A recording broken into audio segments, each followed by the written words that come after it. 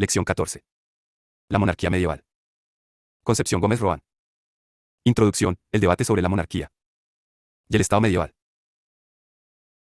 La invasión musulmana de la península ibérica y su consiguiente ocupación de casi la totalidad del reino visigodo trajo como consecuencia dos fenómenos diferentes, pero a la vez estrechamente relacionados, que marcarán y condicionarán el desarrollo de la España cristiana. Estos dos fenómenos o factores son, por un lado, la reconquista y por otro lado, la repoblación. La invasión musulmana y su establecimiento en la península supuso la desaparición del reino visigodo y de su organización política, y la ocupación de la mayor parte del territorio, en donde se instaurarán las instituciones musulmanas por otro lado, en las comarcas del norte de España en donde no había llegado el dominio musulmán, se formarán pequeños núcleos políticos cristianos independientes del Islam. Como consecuencia de esto, se producirá la desaparición del reino visigodo, pero no sucederá lo mismo en lo que refiere al concepto mismo del poder del rey, ya que se mantendrá todo lo relativo a las relaciones entre los súbditos con el monarca y el mantenimiento de las instituciones. Por lo que se refiere al derecho vigente en los nuevos núcleos cristianos independientes del poder musulmán, se seguirá aplicando el derecho recogido en el Liber Judiciorum. La península quedará dividida en dos zonas totalmente distintas e independientes en lo que se refiere al derecho. La reconquista y, por lo tanto, la repoblación traerán rentes núcleos de territorios. Como consecuencia, la formación de IFE, con personas muy distintas entre sí con características. Estos núcleos serán el origen de los reinos de la España diferentes cristiana. Estos reinos, como afirma el profesor Escudero, aparecen unidades políticas básicas de naturaleza diversa, integradas con el tiempo superestructuras, como fueron el amado Imperio Castellano y otras denominadas coronas. Por lo que se refiere a la aparición de las monarquías medievales surgidas en Europa, tuvieron su origen en la antigua división provincial romana, pero su formación coincidió con la aparición del llamado feudalismo. El feudalismo es el sistema social y político propio del occidente de Europa, Franca, Alemania, Borgoña, que apareció después del desmembramiento del Imperio Carolingio. El régimen feudal tuvo su auge entre el siglo X hasta el siglo X y consistió en la generalización del contrato de feudo suscrito entre dos nas, una principal, señor, y otra subordinada, vasallo. Este régimen consta de dos elementos objetivos o instituciones feudales como son, el vasallaje y el beneficio. Esto supuso que el régimen feudal privatizó en gran medida las relaciones de los reyes con los súbditos y por lo tanto afectó de la misma forma a la concesión de oficios y funciones públicas, ya que estas fueron concedidas o desempeñadas por personas unidas con el monarca por vínculos de vasallaje. Ante este panorama cabe preguntarse, si hubo o no hubo Estado medieval. Con esta pregunta nos estamos refiriendo a si la sociedad y la monarquía se organizó conforme a principios de derecho público o si por el contrario, lo hizo conforme a normas de derecho privado, es decir, si las instituciones políticas o administrativas se rigieron en base al derecho público, entonces se podría considerar que sí hubo Estado medieval, pero si las instituciones político-administrativas se rigieron por normas de derecho privado, entonces no se podría considerar que existió un Estado medieval propiamente dicho. Ante esta cuestión, los historiadores europeos se van a dividir en dos posturas. Unos afirman que Estado y feudalismo, o régimen señorial, resultan conceptos contrapuestos y que, por tanto, no se puede hablar de Estado en esta época. Otros, sin embargo, mantienen que la existencia de relaciones PRI basadas entre el rey y los súbditos no supuso la desaparición de la organización jurídica pública propia de un Estado. En realidad, buena parte de este debate descansa en un problema semántico, es decir, ¿de qué llamamos Estado y cuándo se considera que existe él? Del derecho español. Mínimo de organización jurídico-pública en una sociedad para considerar que existe una estructura estatal. 2. El rey, la sucesión al trono, la ordenación del rey. La sucesión al trono. La sucesión al trono en el periodo de la Alta Edad Media en la España cristiana fue diferente en cada uno de los reinos surgidos en la Reconquista. Pero se puede destacar una nota común a todos estos nuevos reinos y es que se inhabilitará al aspirante al trono si este hubiera intervenido directamente en la muerte del monarca.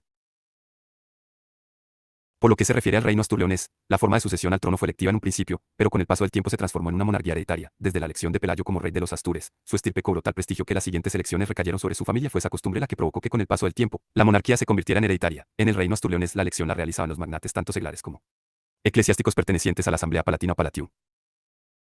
Desde principios del siglo X, la sucesión al trono se asoció a la idea de que el pretendiente estuviera vinculado al linaje del rey muerto y será entonces cuando la sucesión a la corona se convirtió en hereditaria, aunque en el siglo seguía vigente la sucesión al trono electiva. A pesar de que los notarios del rey establecieron algunos fundamentos para regular la sucesión hereditaria, apenas se establecieron reglas para fijar el orden sucesorio, pero la costumbre estableció el mejor derecho al primogénito del rey. Se reconoció los derechos de los hijos menores de edad. También se reconoció los derechos sucesorios de las mujeres y su extensión a sus maridos, que legando el caso ejercerían la potestad regia. El sistema castellano se fió a raíz de la muerte sin descendencia del rey de León, Bermudo III. El último rey de León cayó víctima de una lanzada que le huevesó la cara en la batalla de Tamarón, Burgos, 1037, cuando se enfrentó a su cunado Fernando de Castilla. Su muerte sin descendencia supuso además de un cambio de dinastía, ya que Bermudo fue el último rey de la dinastía Astur, supuso también un cambio del sistema sucesorio, por el advenimiento de la dinastía vascona de Sancho I de Navarra. Fernando de Castilla estaba casado con Sancha, que era hermana de Bermudos, por lo que, a la muerte de este, la herencia le correspondía a su hermana Sancha y como el derecho Navarra únicamente permitía que las mujeres pudieran heredar el reino, si su marido ejercía la potestad real, es por lo que Fernando se convertirá en el primer rey de Castilla y León. De esta forma el sistema sucesorio navarro que regía en Castilla desplazó al sistema sucesorio leonés, motivo por el cual cayó en desuso la costumbre de repartir el reino entre los hijos y estableciéndose en cambio, que el reino lo recibirá el primogénito y solo, si no hubiera hijos varones, serán llamadas a heredar el reino las mujeres, pero con la condición de que sería el marido el que ejerciera la potestad real. Sálica. El sistema sucesorio de Castilla fue fijado en las partidas 15,2, y desde el ordenamiento de Alcalá de 1348 regulará la sucesión a la corona, hasta que en el siglo XVII fue sustituido por lo establecido en la ley. El orden legal de la sucesión en Castilla fue, en primer lugar, heredaría el trono, el hijo mayor y en defecto de hijos varones, sería la amada la hija mayor, si el rey no tuviera descendencia, se atendería a la línea colateral del finado, con lo que serían llamados a la sucesión los hermanos del rey. Y en su efecto sus descendientes, en primer lugar, se atendería a la línea recta frente a la colateral, el grado más próximo frente al más lejano, con preferencia al varón frente a la hembra, y preferiblemente la mayor a la menor edad, y se reconocerá el derecho de representación, es decir, se respetarán los derechos a la sucesión de los hijos del heredero que muere antes de reinar. La sucesión al trono en Navarra fue la inspiradora en gran medida del sistema sucesorio de Castilla y Aragón. Esto tiene su origen en el hecho de que el rey en Navarra podía repartir los territorios adquiridos por conquista entre todos sus colegítimos o no legítimos con la única salvedad, a capetos, que todos estos estarían sometidos a la hegemonía del primogénito que era ya quien heredaba íntegramente el núcleo originario del reino. En 1085, el rey de Navarra Sancho III, el mayor, designó como heredero del reino a su hijo mayor García Sánchez, mientras que los condados de Castilla y Aragón que fueron ganados por conquista o a capet, fueron instituidos como reinos y transmitidos por herencia. Castilla, para su segundo génito. Fernando y Aragón para su hijo bastardo Ramiro. Será el fuero general de Navarra de 1238, el que le coja el sistema de eso. Cesión del reino, en primer lugar, será llamado a suceder el hijo mayor ilegítimo, en segundo lugar y en defecto del primero serán llamados los demás hijos legítimos, en tercer lugar, si no hubiera hijos legítimos, heredarían los hermanos del monarca, pero si se diera el caso de que no hubiera hijos legítimos, Níger. Manos del rey, entonces los ricos hombres, los infanzones, los caballeros y el pueblo de la tierra procederán a la elección del rey, así como sucedió en 1134 cuando García Ramírez fue elegido rey. También en el derecho sucesorio navarro se admite el derecho de representación. La sucesión al trono en Aragón se erigió en los primeros tiempos por el derecho consuetudinario. Pero esto cambiará cuando en 1137 el reino de Aragón y el Principado de Cataluña quedaron bajo la única potestad de un único príncipe, hecho por el cual se formó la corona de Aragón. Escudero explica con claridad que, al formarse la corona, cuando unos reinos son heredados y otros ganados, esos reinos suelen ser repartidos entre los distintos hijos, y una vez consolidada la querún y su unidad patrimonial, se establecerá la indivisibilidad de la herencia y también se institucionalizará la nula del heredero universal. La sucesión en la corona de Aragón se ordenará de la siguiente manera: como regla general, se atenderá al principio de la primogenitura y se reconocerá los derechos del nasciturus. Se reconoce el derecho de representación. No podrán ser llamados a la sucesión los hijos ilegítimos, las mujeres y los religiosos, los hermanos del rey muerto heredarán la corona en defecto de hijos y sus descendientes, en el supuesto que no existieran hijos legítimos, ni descendientes de estos, ni tampoco hermanos del finado, entonces se adoptarán diversas soluciones. En Cataluña, la sucesión de su primer señor o princeps, el conde de Barcelona, se reguló conforme al modo de suceder de los feudos. En primer lugar, se acudirá a la línea masculina directa en defecto de estos, heredarán los parientes colaterales dado que Cataluña es un estado feudal, las hijas podrán heredar. A falta de hijos varones, siguiendo el orden de sucesión en los feudos, lo que suponía que era el marido el que ejercería hecho el gobierno. La minoría de edad del rey, la tutela y la regencia. Durante la Reconquista el protocolo seguido en los casos que el legítimo sucesor heredaba al trono siendo menor de edad, fue el siguiente: se designaba a una o varias personas para tutelar la minoría de edad y la potestad real del monarca. En la Alta Edad Media, la tutela la ejercía un pariente cercano. En la Baja Edad Media, en Aragón sería un procurador real, el encargado de la tutela y la regencia. En León y Castilla los nombrados para la guarda y gobierno en la minoría de edad, recibían el nombre de guardadores, y podían ser uno o varios los designados. No hubo distinción entre quienes ejercían funciones de tutela y guarda del niño rey y las funciones de gobierno del reino. Lo más frecuente fue que las ejerciera la misma persona. La edad para reinar por sí solo variaba según el reino. Las partidas 2,15,3, establecieron que para Castilla la mayoría se alcanzaba a los 20 años, mientras que en el reino de Navarra se alcanzaba a los 21 años. En la Baja Edad Media las cortes jugarán un papel muy importante en el gobierno del Estado durante las minorías de edades de los reyes. Las partidas 2,15,3, establecía que los guardadores del rey niño debían ser no partida brados previamente por el finado y en su defecto serían las cortes las encargadas de hacerlo. También se establecía que estos regentes podían ser 1, 3 o 5 personas elegidas por su buen linaje, haber nacido en León o Castilla y ser vasallos del monarca, pero en caso de que la madre del rey viviera, sería la primera guardadora y todos los demás guardadores debían obedecerla. El taberero al trono era reconocido y jurado en las cortes. BN León y Castilla es de 1388, los hasta esa fecha llamados infantes y título de príncipe de Asturias, título que iba acompañado de la invasión del territorio de Asturias y de las ciudades de Jaén, Úbeda, Baeza y Andújar. En Aragón desde 1351, el infante heredero recibía el título de duque de Gerona, título que además conllevaba el señorío de la ciudad y comarca de Ampurias, Besalú-Beach. En Navarra desde 1423, el heredero al trono recibía además el título de príncipe de Viana. B. La ordenación del rey, dignidad y tributos. En los estados de la Reconquista, así como en todas las monarquías cristianas de la Edad Media, utilizaron símbolos o insignias como signos externos para mostrar la dignidad regia y el poder político. Será la consideración del rey como un vicario de Dios en la tierra, la que de un carácter cuasi sacerdotal y por tanto fuera necesaria la sanción eclesiástica por medio de ritos que hubiese Ran visible la necesidad de la bendición de la iglesia a la persona del rey. Es por eso por lo que el acto de proclamación del nuevo rey se convirtió en un acto religioso. En el siglo IX, los reyes serán ungidos con óleo santo y coronados. Serán ambos ritos los que formen el acto solemne de la ordenación del rey. Ritual de la coronación del rey no fue igual en todos los reinos de la Edad medieval. Un manuscrito del siglo X y V, conocido como el ceremonial de Ceribel y ritual de la coronación del rey Pedro el Ceremonioso y la reina en la corona de Aragón. El rey era recogido en su residencia por una comitiva formada por algunos miembros del clero y el pueblo que lo acompañarán hasta una iglesia o catedral. Una vez allí será despojado del manto y de las armas y ya dentro del templo, se dirigirá al altar acompañado por dos obispos, momento en el cual se citarán unas oraciones con el rey arrodillado. Finalizadas estas, el metronoli Tano tomará juramento al rey sobre la obligación en la defensa de la paz de Dios, de la justicia y de la iglesia frente a sus adversarios, y acto seguido requerirá al pueblo el juramento de obediencia al nuevo rey. Terminada esta ceremonia, el rey será ungido con aceite sagrado. Probablemente, la unción con aceite sagrado proceda de la antigua tradición de la unción sacerdotal de los reyes de Israel, pero lo que sí es cierto es que con este acto simbólico se quiere mostrar la doble naturaleza de la potestad del rey y su función mediadora entre el pueblo y Dios. Una vez finalizada la ceremonia de la unción, los obispos oficiantes entregarán al monarca la espada, manto, anillo, cetro y báculo. Acto seguido el metropolitano procederá a colocar la corona del reino sobre su cabeza, como símbolo de poder sin límite, y la ceremonia finalizará tras la celebración de una misa solemne. En Aragón, el juramento del rey y el de los súbditos se oficiaba antes de que el nuevo monarca fuera ungido y coronado. En el juramento el rey prometía defender la fe católica, la iglesia y el reino y gobernar conforme a derecho. A continuación, le corresponde el turno al pueblo, que jurará obedecer y servir al nuevo rey. En Castilla, durante la Alta Edad Media, la unción y coronación de los reyes se llevaba a cabo por un obispo y se tenía que celebrar en una ciudad importante del reino. Era un acto público y se celebraba en una iglesia o catedral. Pero en Castilla, para acceder a la dignidad real no era necesario la celebración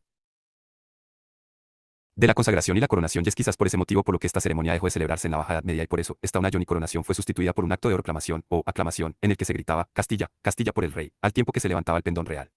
En la Baja Edad Media, el juramento del rey y el pueblo de Castilla se hacía una vez el rey era proclamado o alzado, momento en el cual el rey juraba acatar los fueros y las costumbres y respetar los privilegios y libertades del reino. Con la aparición de las cortes, serían los tres estados, no de belleza, clero y ciudadano los que prestarían juramento de fidelidad, pero por yo seré el juramento del rey, no se sabe a ciencia cierta, si lo debía. El rey debía jurar guardar y mejorar los fueros y jurar no dar cargos.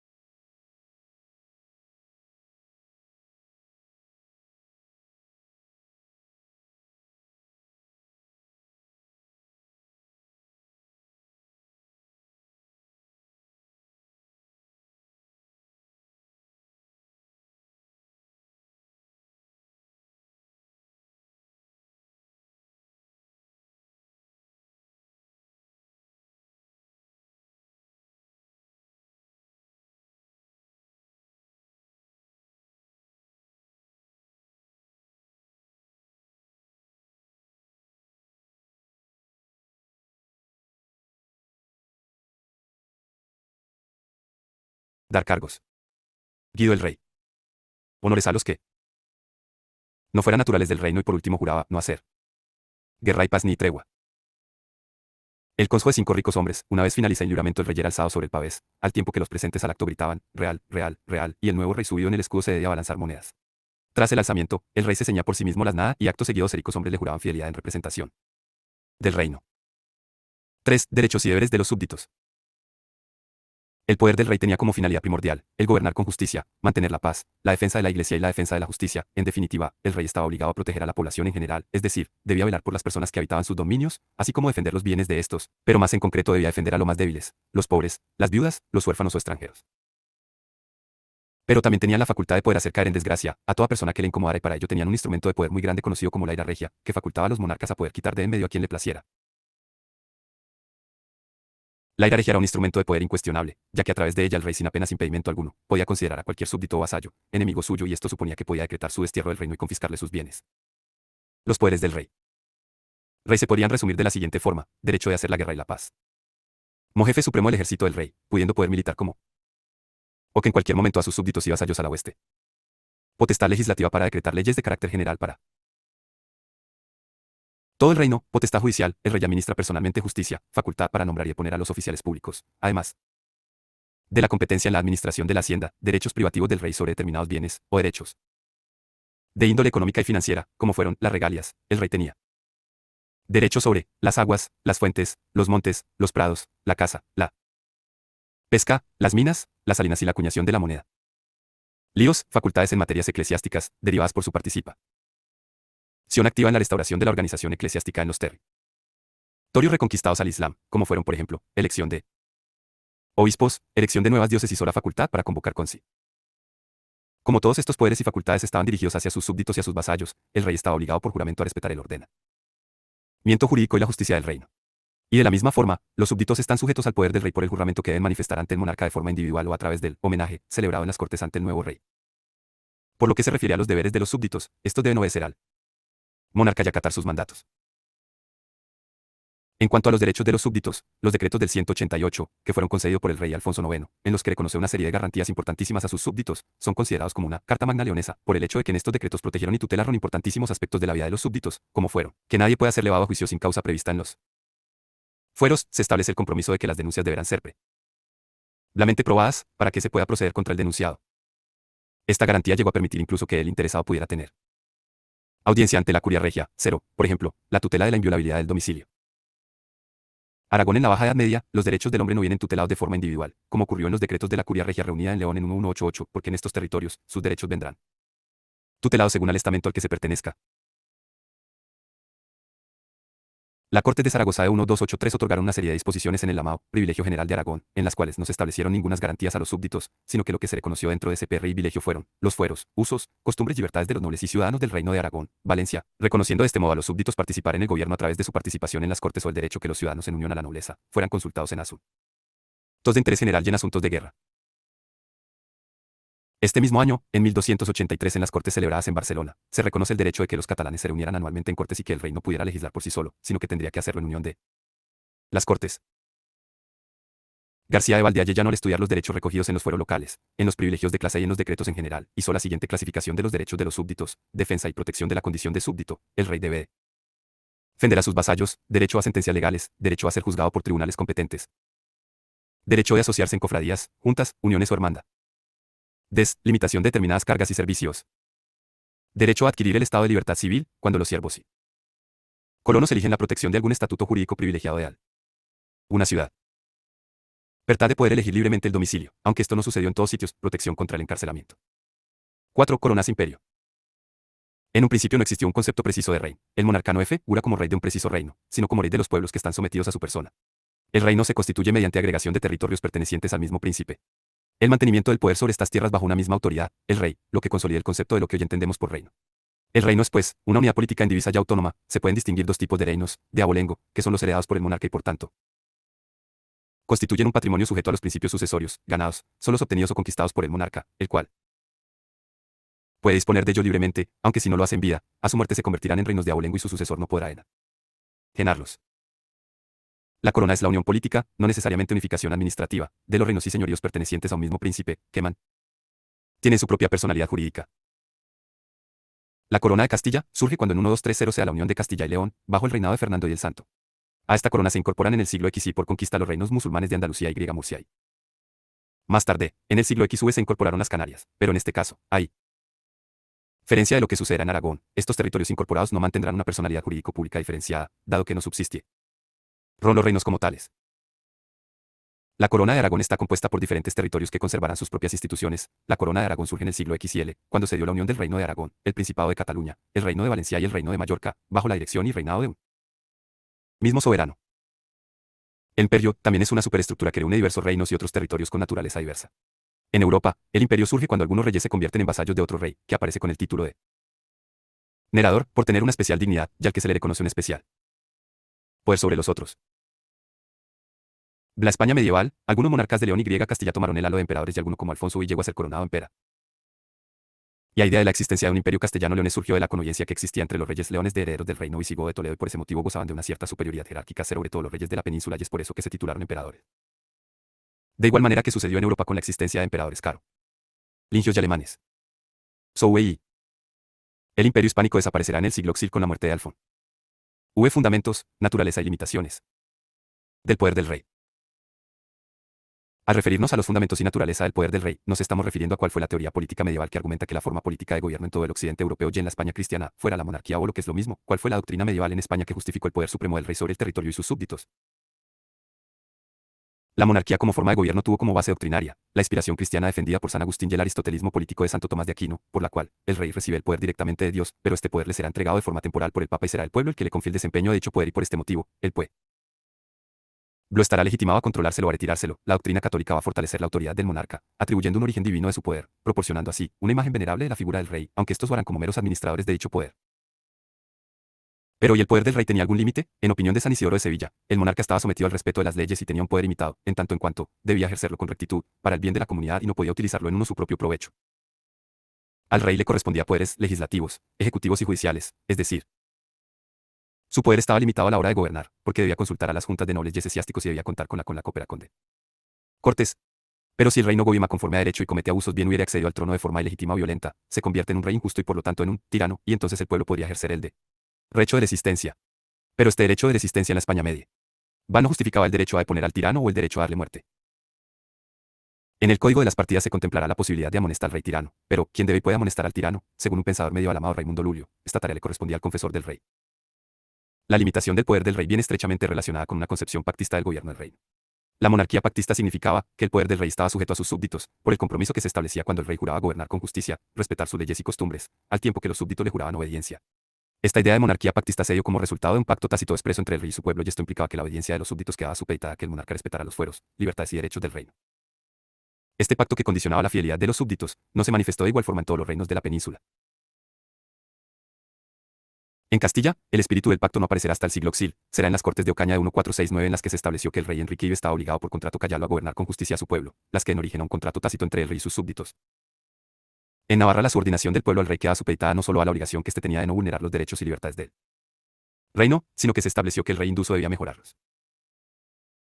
Por lo que se refiere a Aragón, la concepción pactista tuvo una especial relevancia, convirtiéndose en un pactismo político que reflejaba la pugna entre el poder del rey y el reino. Muestra de ello fue la fórmula que presentaban los nobles y magnates al nuevo rey: nos que valemos tanto como vosotros. Podemos más que vos, os hacemos nuestro rey y señor con tal que guardes nuestros fueros y libertades, y si no, no, el vicino, no muestra la fuerza del sistema pactista en Aragón, en donde si el rey no respeta sus derechos de inmediato dejaría de ser rey. Cuando él, rado como un rey actuaba contra el derecho fuero de su reino era considerado como un agravio contra fuero, y por consiguiente esta vulneración debía ser reparada y rectificada en lo que se llama reparación de agravios. Dar los agravios o contrafueros también proceder de la conducta abusiva de cualquier autoridad del reino. Normalmente la reparación de agravios se le planteaba al rey en las Cortes Norguera la ocasión más idónea de que el rey restableciera los derechos lesionados o procediera a la rectificación de algún contrafuero a cambio de conseguir por parte de las Cortes la aprobación de algún subsidio o ayuda económica. Pero ¿y qué sucede cuando existe una ley teóricamente justa, pero la realidad hace imposible su aplicación? Es importante señalar que como la ley ha de ser cumplida, se buscó como solución una fórmula que establecía obedézcase pero no se cumpla. Esta solución fue aplicada en la España medieval y con posterioridad en las Indias. La pugna por el poder señorial, juntas, uniones y hermandades. La estructura del reino o estado en la Alta Edad Media estaba fundamentada sobre el reconocimiento que el poder político superior residía en el rey, pero las relaciones y poderes señoriales materializadas en los señoríos mermaban el poder del rey. En la sociedad de la España cristiana se fue perfilando una serie de estamentos de diferente entidad, con marcadas diferencias, porque cada grupero se diferenciaba del otro, por sus formas de vida, por sus actividades económicas y por sus derechos o estatutos particulares. Estos estatutos jurídicos tuvieron su origen en las normas concedidas por el rey y en las normas derivadas de la costumbre. Es por eso por lo que ya en el siglo SIL, estos grupos sociales ya van perfectamente configurados y diferenciados unos de otros por su organización jurídica y social, convirtiéndose de esta manera en un estado o estamento peculiar. En el siglo XII, estos estamentos ya estaban integrados en la estructura del reino, formando así una nueva forma política conocida como estado estamental. Esta organización vino reforzada en la teoría por la recepción del derecho común, que justificaba y reconocía que este estado es la monarquía. Estamental fuese concebido como una persona jurídica integrada por estamen. 2. Esta concepción estamental en España estaba integrada por tres estados: estamentos o brazos, estamento nobiliario, estamento eclesiástico y el estamento ciudadano. Todos ellos estaban sometidos a la autoridad del rey y participaban de forma activa en el gobierno, a través de sus representantes en las asambleas políticas o cortes. Cada estamento tenía sus derechos y privilegios propios, recogidos en un estatuto fuero que servían como contrapeso o garantía frente a posibles agravios o violaciones, denominados contrafueros, que pudieran ser cometidos por el poder público. Las cortes, que estaban integradas por estos tres brazos, fueron el órgano donde estos estamentos pudieron defender sus intereses y exigir la salvaguarda de sus derechos o intereses de grupo, pero este no fue el único medio utilizado para la defensa de sus derechos y privilegios. También lo harán a través de una vía regular ejercida mediante la actuación conjunta de un grupo social o de varios a la vez. Con este fin fueron creadas adjuntas, uniones o hermandades. Las hermandades adoptarán la forma de asociación de estados, cuya función principal era la protección de sus intereses de grupo. En ocasiones, las hermandades integraban a todos los estamentos del reino, convirtiéndose en órganos políticos, creados de forma puntual o permanente. Estas gozaban de una organización propia y tenían un estatuto jurídico. Actuaban al margen de las cortes y ejercían presión sobre el poder real, actuando vivamente contra los desafueros y arbitrariedades y defendiendo sus derechos y libertades. En 1295, en la minoría de edad de Fernando IV, se constituyeron varias hermandades de carácter general: la Hermandad de los Consejos del Reino de Castilla, la Hermandad de los Consejos del Reino de León y Galicia, y la Hermandad de los Consejos de la Extremadura castellana y griega Arzobispado de Toledo. En 1390, en las Cortes de Guadalajara, el rey Juan y prohibió a los consejotas y a los nobles asociarse. Las hermandades castellanas renacieron en 1465. En el reinado de Enrique IV, cuando se constituyó la Hermandad de los Consejos de León y griega Castilla. Las uniones o las asociaciones de los estamentos, formadas en el Reino de Aragón desde 1264 hasta 1348, estas estaban formadas por los nobles y algunos municipios aragoneses y valencianos. En 1283 se constituyó una unión en Tarazona en la que se juró proporcionar ayuda mutua a ricos. 286. Hombre. Gunostan. Infanzones, caballeros y representantes de las ciudades más importantes. Esta unión forzó ese mismo año, que en las cortes celebradas en Sara gozase aprobará el privilegio general de Aragón. Años más tarde, en 1287, la Unión Aragonesa obligará al rey Alfonso III a otorgar algunos privilegios, tan importantes como la facultad de poder deponer al rey. La unión ya convertirse en un órgano supremo sobre las propias cortes y sobre el poder del rey. Las juntas son las asociaciones donde se unieron los estados del Reino de Navarra. Será en la Junta de Oanos, celebrada en esta localidad de Navarra. A la primera asamblea de carácter político que se celebró en la península, la Junta se dividió en 5 comarcas y estuvieron bajo la autoridad del sobrejuntero, y su poder fue muy grande porque, además de imponer al rey el cumplimiento de los fueros y libertades del reino, consiguieron también condicionar su obediencia al juramento que debía hacer el rey de respetar los fueros. Dil, la delegación del poder rego, baldos. Gobernadores y procuradores. La delegación del poder regio fue la solución que se buscó cuando un rey tenía que ausentarse temporalmente del reino y alguien debía hacerse cargo de forma interina del gobierno de este. Hoy en esta delegación se dio de forma voluntaria, sin que mediara una razón aparente, sino simplemente una intención de mejorar o ascender a algún personaje de la corte. En este caso, ese personaje aparece como privado válido. En este supuesto, la delegación se da estando presente el monarca. Pero cuando el rey debía ausentarse, la delegación del poder real varió según el territorio. En Castilla, la delegación del poder real recaerá en el hijo mayor, en la reina o bien, en un hermano del rey. En Navarra, fue más frecuente que el rey se ausentara del reino para ir a visitar los señoríos que poseía en Francia. En estos casos se procedió a designar magnate como gobernador del reino hasta su regreso. En la corona de Aragón, fue necesaria la delegación del poder real, debido a que el rey no podía estar presente en todos sus territorios y reinos, y por este motivo en Aragón y Cataluña los delegados nombrados recibirán el nombre de procuradores. Estos personajes estuvieron dotados de amplias competencias. La monarquía medieval. Y facultades: en Valencia y griega Mallorca, la representación la ejercerá el lugarteniente. Estos, además de representar al rey, tuvieron amplísimos poderes. A finales del siglo XIV, los lugartenientes aparecerán como virreyes. El primer rey fue nombrado en 1397 para gobernar Mallorca con amplísimos poderes y actuará como un alter ego del monarca. También en ocasiones se dio el caso que fueron nombrados varios virreyes para un mismo territorio.